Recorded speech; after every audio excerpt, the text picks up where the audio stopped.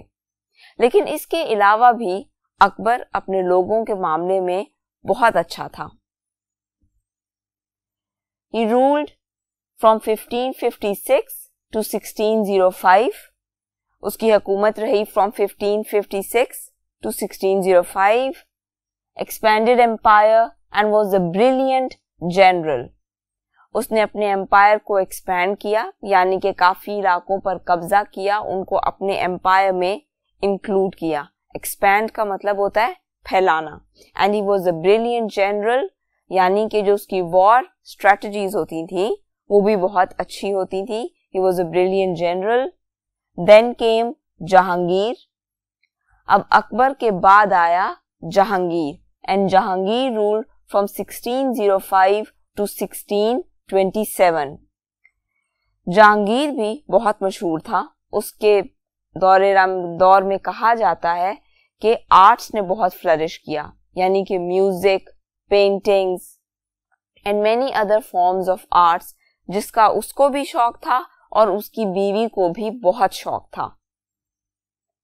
Then came Shah Jahan.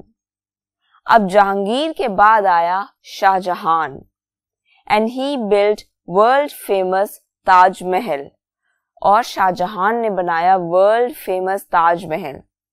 بچوں آپ نے تاج محل کا نام تو سنا ہی ہوگا۔ It is in India, it is extremely beautiful. اس کے بارے میں بہت سی باتیں مشہور ہیں۔ It took almost 20,000 artisans to construct it، یعنی کہ آلموسٹ 20,000 لوگ لگے تاج محل کو بنانے میں، اور اس کے بنانے میں جو ماربل یوز کیا گیا وہ بھی بہت مہنگا تھا اور بہت دور کے علاقے سے لایا جاتا تھا۔ تاج محل کا جو ایریا ہے it is 17 hectares which is a very huge area، لیکن اس کے گرد گارڈنز ہیں and there are other beautiful things جن کو ملا کے it is 17 hectares۔ اور تاج محل ہم اس کو کیوں کہتے ہیں؟ بچوں تاج کہتے ہیں کراؤن کو، یعنی کہ سر پہ جو رکھنے والا تاج ہوتا ہے، لیکن یہ اتنا خوبصورت ہے کہ کہا جاتا ہے کہ جتنے بھی پیلسز ہیں ان میں سب سے خوبصورت یہ ہے، اس لیے یہ ان سب کا کراؤن ہے، تاج ہے۔ That is why it is called تاج محل۔ اور شاہ جہان نے یہ بنایا تھا اپنی بیوی کی یاد میں ممتاز محل، جس سے وہ بہت محبت کرتا تھا۔ He ruled from 1628 to 1658۔ اب شاہ جہان کے بعد آیا اورنگزیب۔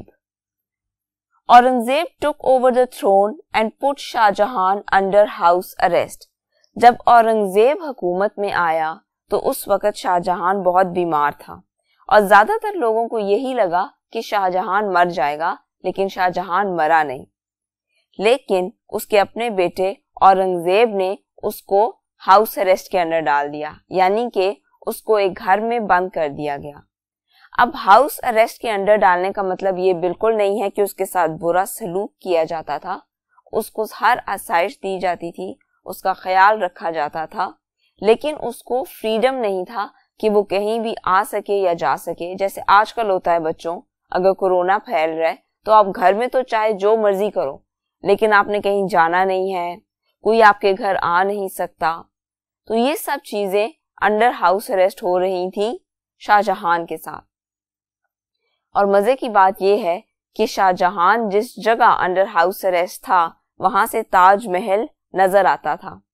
اس لیے شاہ جہان بہت سا وقت تاج محل کو دیکھنے میں بھی گزارتا تھا. Role from 1658 to 1707. اورنگزیب نے کب سے کب تک حکومت کی؟ From 1658 to 1707. Again, you have to remember the dates. Attacked by Rajputs and Marathas. لیکن اورنگزیب کی حکومت کے دوران راجپوتس اینڈ مراٹھاز نے بہت سے حملے کیے. They were also tribes. اور مراٹھے بہت مضبوط تھے. ان کا ایک رولر تھا شیواجی جو بہت مشہور تھا for his war tactics, especially guerrilla war tactics. اب گوریلا وار ٹیکٹکس کیا ہوتی ہیں؟ گوریلا وار ٹیکٹکس میں یہ ہوتا ہے کہ آپ ایک ہی ڈائریکشن سے اگلے پہ حملہ نہیں کرتے کہ وہ اپنا بچاؤ کر سکے. آپ اپنی پوری آرمی کو کچھ پیسز میں ڈسٹریبیوٹ کر دیتے ہو. آپ چھوٹے چھوٹے گروپس بنا دیتے ہو اور انہیں اس طرح ڈسٹریبیوٹ کرتے ہو کہ ہر گروپ ایک ڈفرنٹ ڈائریکشن سے حملہ کرے. تو بچوں آپ خود سوچو کہ اگر آپ کی ایک آرمی ہے, آپ بیچ میں کھڑے ہو اور آپ پہ ہر ڈائریکشن سے حملہ ہو رہا ہے, کبھی فائرنگ ہو رہی ہے, کبھی کوئی تلواروں سے حملہ کر رہا ہے, کبھی کوئی ویسے نقصان پہنچا کے آپ کو بھاگ جائے, تو obviously آپ کی آرمی کمزور پڑ جائے گی. اسی بات کے لیے مشہور تھا شیواجی اور مراٹھے. Impact of Mughal empire on subcontinent. Rajput اور مراٹھوں کے حملوں کے بعد مغل امپائر بہت بری طرح ویک ہو گیا. لیکن اب بات کرتے ہیں کہ مغل امپائر جاتے جاتے سب کانٹیننٹ کو کیا دے کر گیا, یعنی کہ ان کا جو دور حکومت تھا اس کا سب کانٹیننٹ پہ کیا انفلوئنس پڑا. جو مغلز تھے وہ آرٹس کو بہت پسند کرتے تھے. میوزک, پینٹنگز, کرافٹس, مونیومنٹس یعنی کہ خوبصورت بلڈنگز, ان سب چیزوں میں ان کو بہت انٹرسٹ تھا. اس لیے سب کانٹیننٹ میں انہوں نے یہ سب چیزیں انٹروڈیوس کروائیں. بہت خوبصورت خوبصورت بلڈنگز بنوائی گئیں.